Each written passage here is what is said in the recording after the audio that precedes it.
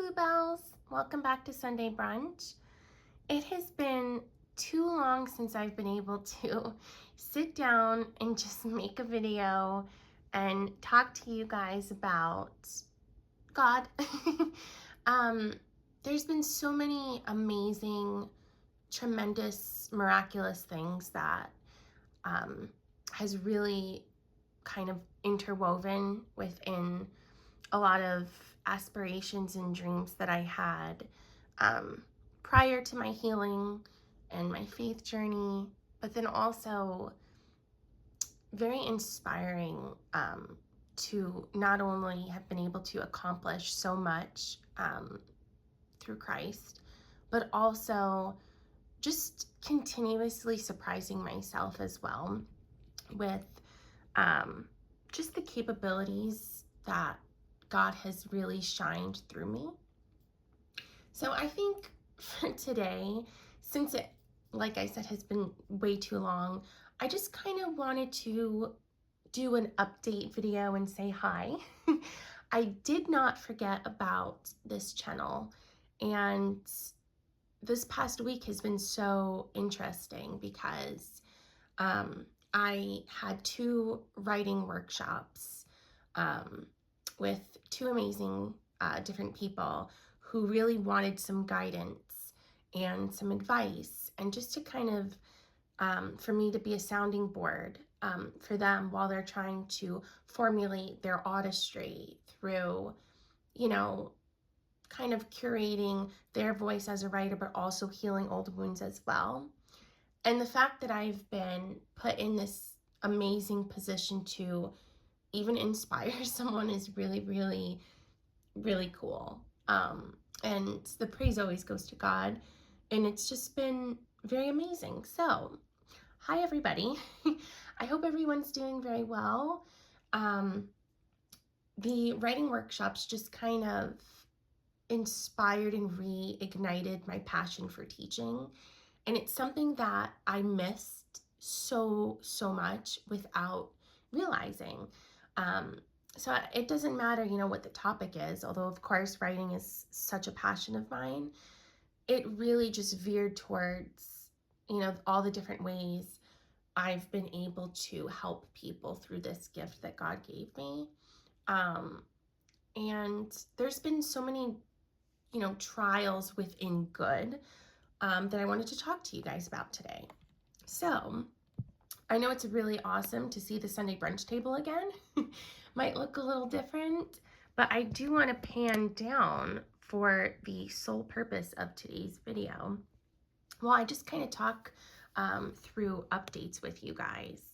I think one of the most amazing parts within healing within the past year specifically has been really what writing has been able to curate for me specifically, and then for me to see by. And what I mean by that is, when you look at an image and when you look at a picture, you see the expanse, but one detail might stick out to you the most, a color or one, specific medium that the artist used. And I think it's so interesting and vast because God really does do that with people, even when we don't realize it. Everyone veers their life through the lens of Christ without even realizing. You could be faithful. You could not really have a relationship with God. You could know him, but not necessarily practice your faith. And it's just so interesting how pricks of conscience can really correlate. And it's not just God weaving,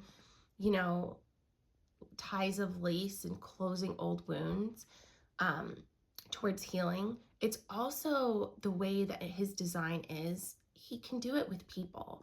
And I found that to be amazing. So I published 3 books last year, and that entire process was just such a learning lesson. Every single step was amazing, and what God showed me I could really do. And then since the last 3 months, since the start of this new year, I've really been able to perfect my revision, my editing, the outlining process, my world building, all these different tools and things that I do as a writer. And it just has made me sit and really reflect how God really has the utmost detail in his designs, especially with his children. So the revisions, the countless editing, the absolute crazy amount of sticky notes that I'm constantly going through. God does that with people. That's why I printed out this picture that really resonated with me, and it reminded me of stained glass from church. And it's really the main point and preface that I wanted to kind of ignite within all of you guys. Even just one person that really correlates to this message is the Mosaic of the Lord's grace. It is profound, and it's something that people can shy away from. It's something that can be so big and great that it scares us and it makes us question. So it's been interesting, right? Because I had mentioned I've been going through trials. Trials meaning different seasons or different hardships that someone's going through.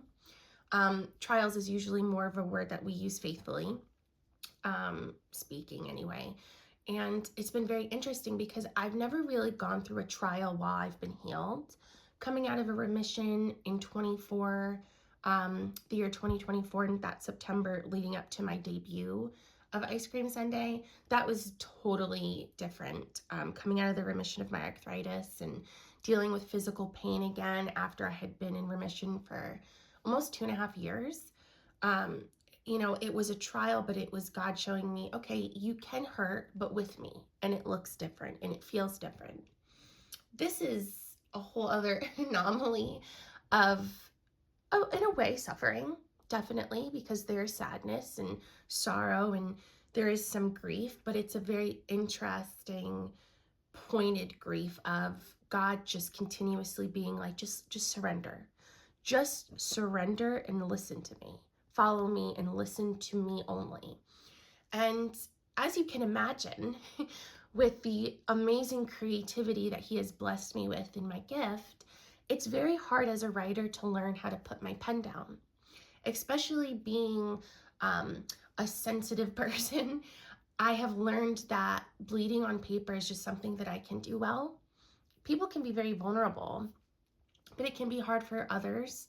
Me being a writer, it's been this kind of niche that I followed suit, even writing fairy tales. It's been something that has awakened even more faith within me, which is so interesting.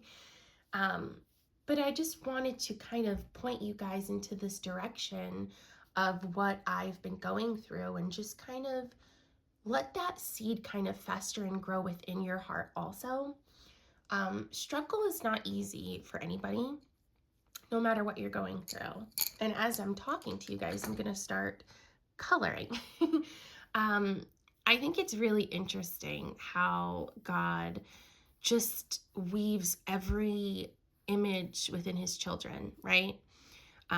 It doesn't matter what you're going through in life, your hardships, even your blessings. And that's what's been weighing on me, you guys, which is so weird. And I honestly am kind of really confused by it. And I've been praying a lot and mending my confusion, only to then go, a period of time, a few days, and I'm okay.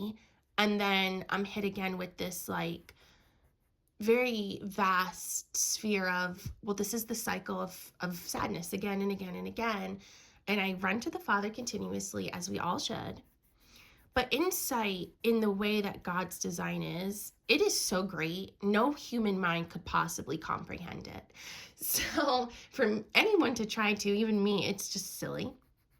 But of course, we love our Father, so we want to try to abide and obey whatever he asks of us.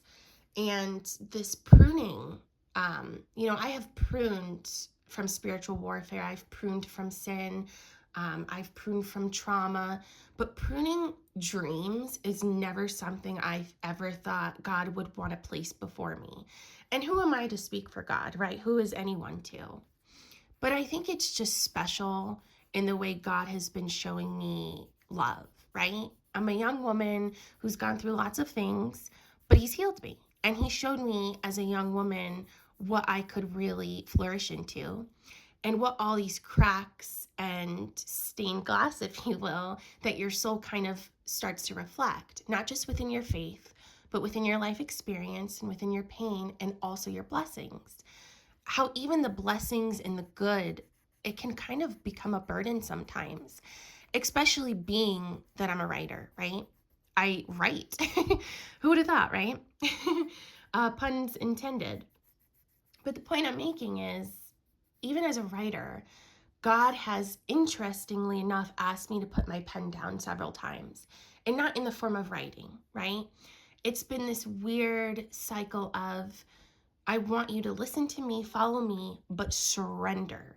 You pick your pen up for heaven, but you also put it down, right? Because I am not the author of my life. Who would have thought, guys? God is. So it's very interesting just how things can seamlessly tie together. You know, everybody wants certain things in life. Everybody yearns and dreams for different things. And I think it's really beautiful, to want to do good in life and have a good life. That everyone aspires to that. But when Jesus asks you something, you listen, right? You listen first and then you obey second. It's very hard to do both things at once. And I think that that's been my struggle of, all right, God, you gave me this pen. You helped me build it. You helped me build myself back together as this young woman.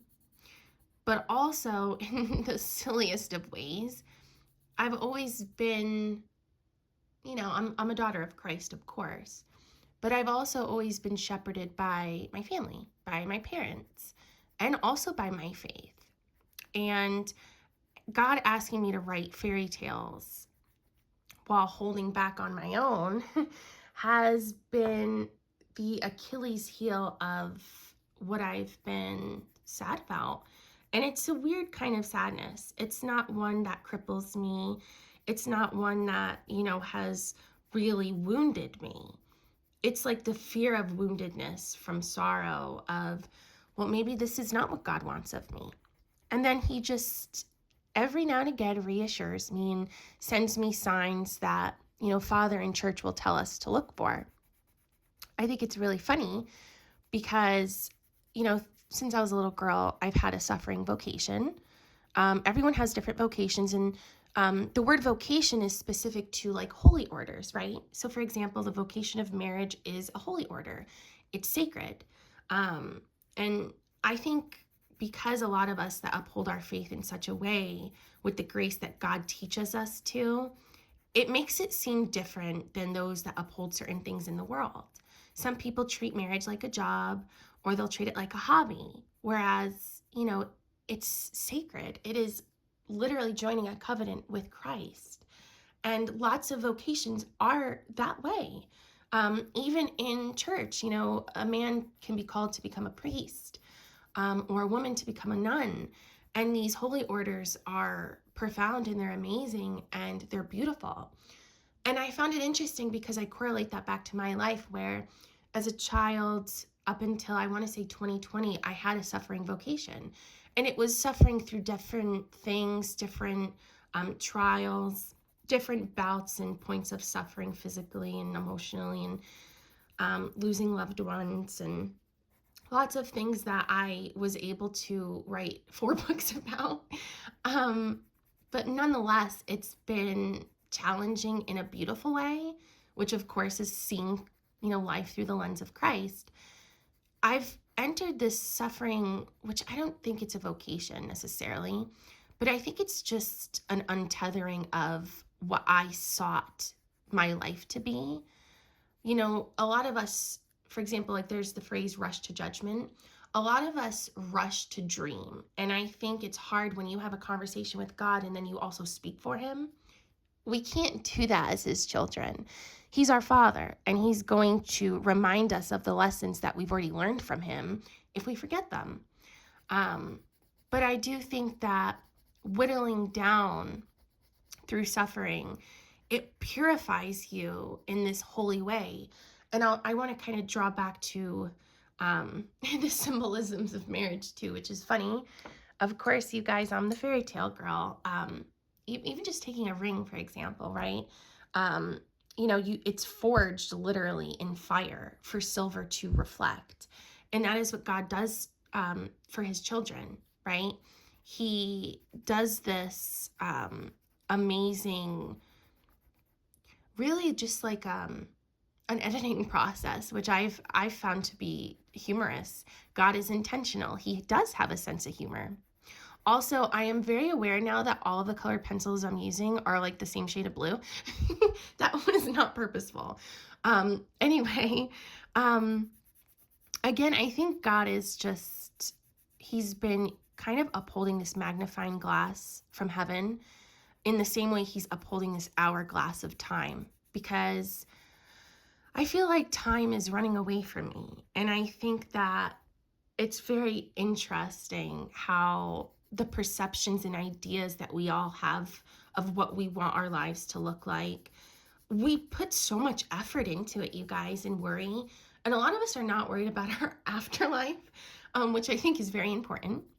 Of course, the utmost important. But I think all the fears that just kind of bubble over the surface, just being human and being in the world and being subject to the noise of the world, I think the enemy can use that to his advantage of, well, your father is not going to grant this of whatever your heart's desire is. And I think it's interesting because, surrendering to God doesn't just mean surrendering your pain, right? It doesn't just mean repentance of sin and obeying him to not sin again. It doesn't just change your perception, how you see the world, and the eyes that you see through, and the way that you carry yourself, and upholds his grace that he will eventually have you inherit, and how you kind of, travel through this society that can be, sin at every corner. He also wants us to surrender everything. And I found through it's been almost 6 years now of my faith journey. As you guys know, I grew up Catholic, didn't really know what that meant, honestly. And then I completely surrendered my pain to him, and I found my way back to God, or really to him, or also sometimes I say he found himself to me. It's just weird how I thought I could go like every other child of Christ and surrender everything except what I wanted the most. Not to say it won't happen, but I think that's a part of sacrifice, right?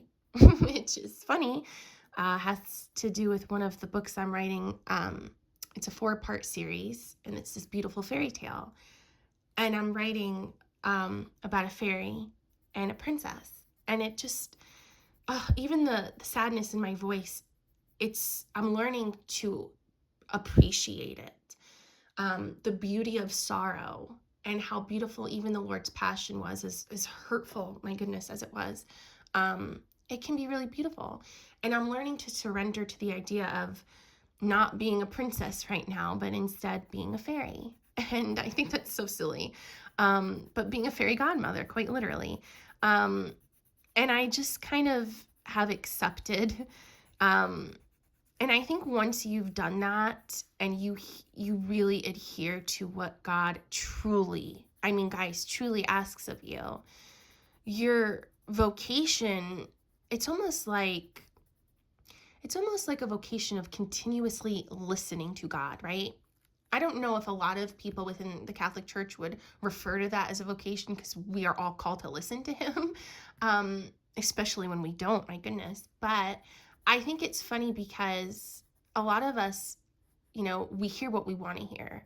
We, perceive what we want to perceive.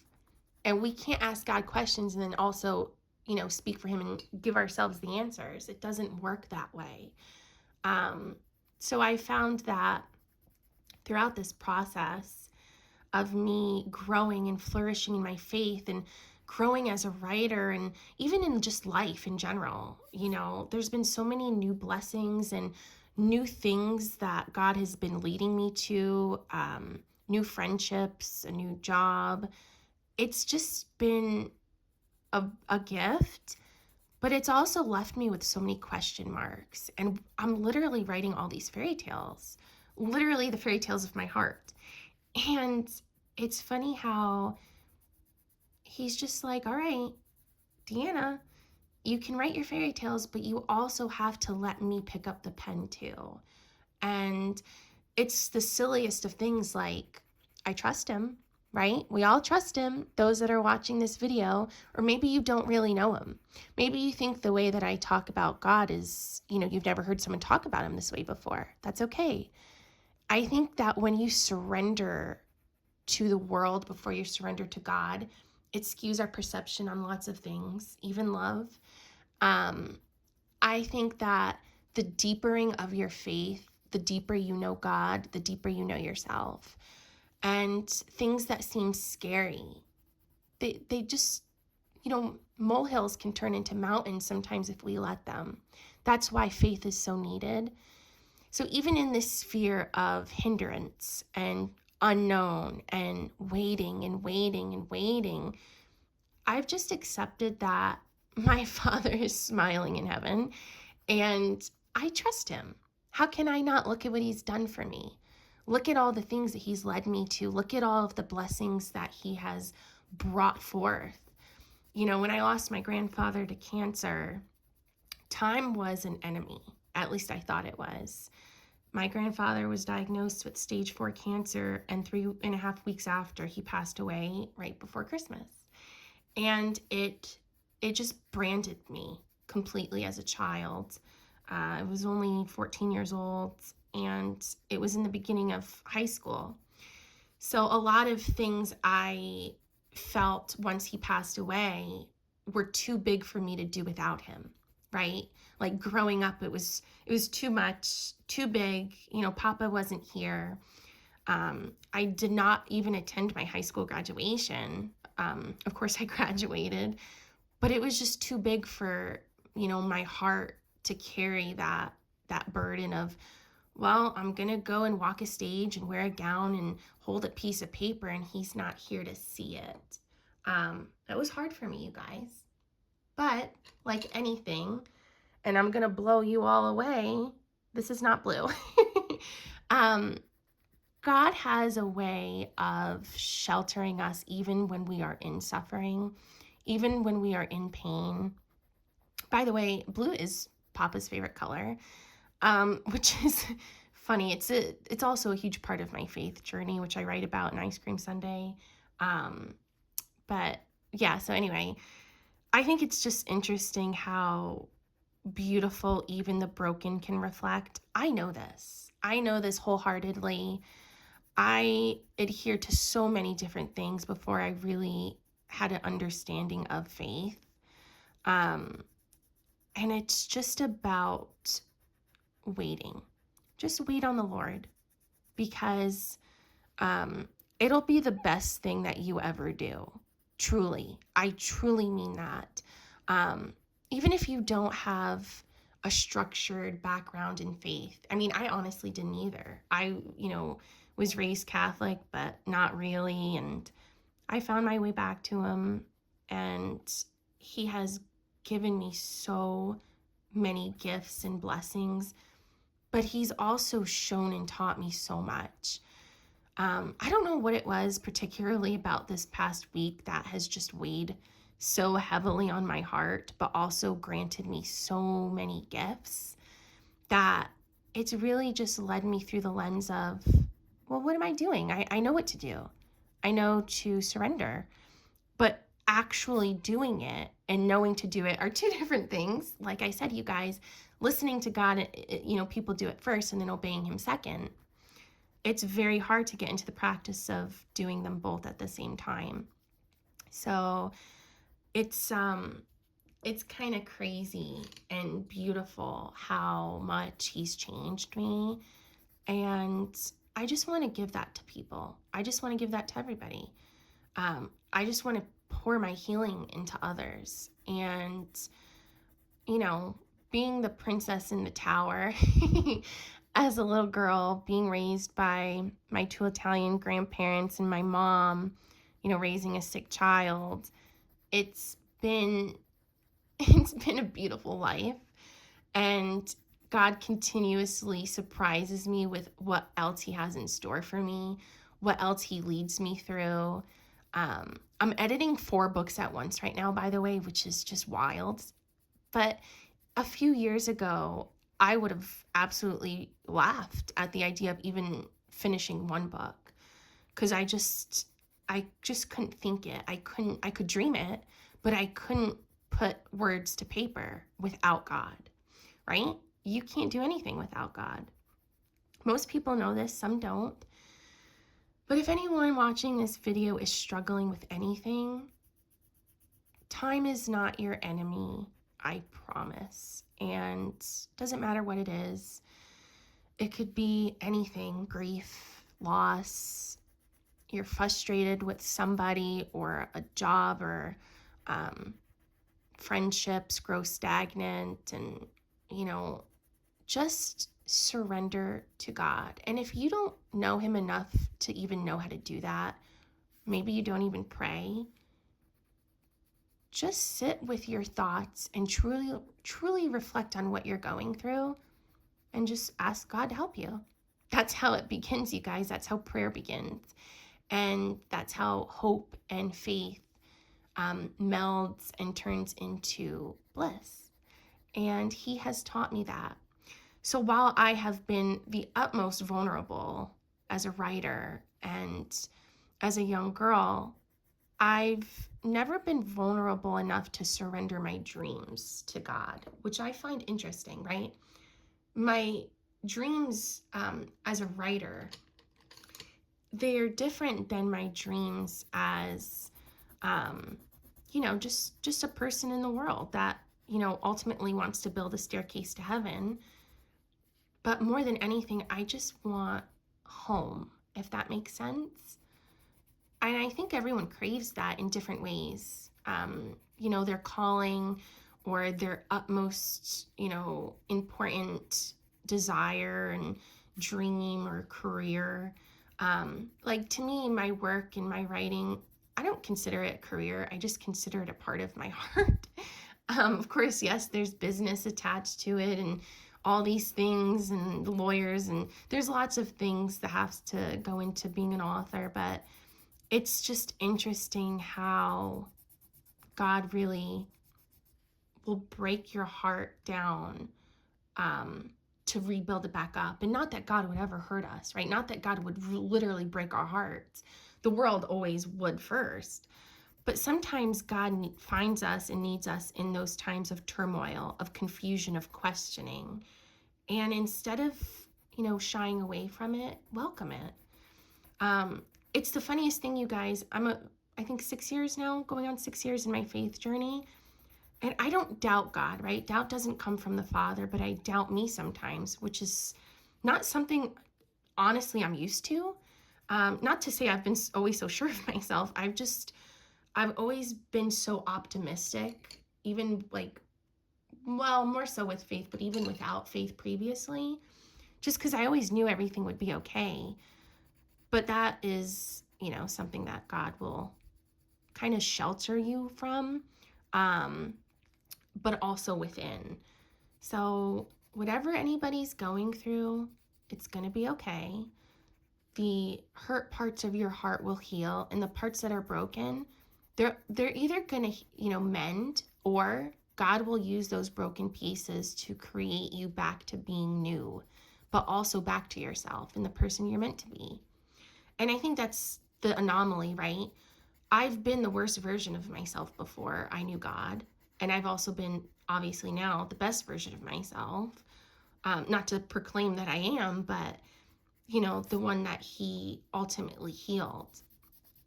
God deserves the best versions of ourselves. And so does everyone around us. And that can be hard to navigate. But I think more than anything, the question mark that we should always kind of veer towards and never away from is your faith enough? Because I think that growing away from faith is the worst thing anyone could do, but growing with it and in it, it's the best thing that you could do for your life and your afterlife. So for those seeking, validation from the world, or, the noise of the world, to be idolized, a lot of people crave different things. I think just to be steady in faith, even if you're new to it, that's the only thing that you should really be focused on. Take it from a girl who looked under every stone. No stone went unturned before I knew I was looking for Jesus. And he changed me, he saved me. But he's also teaching me how to be steady within the healing. Never in a million years, you guys, would I have ever thought, with all the pain I've gone through in my life, would I ever question my healing? I never in a million years would have thought that. Like, well, I'm in peace. I have peace now. Now what? So, and it's not like the question some people might have, like waiting for another shoe to drop. For me, it's just more along the lines of waiting for me to lose my glass slipper.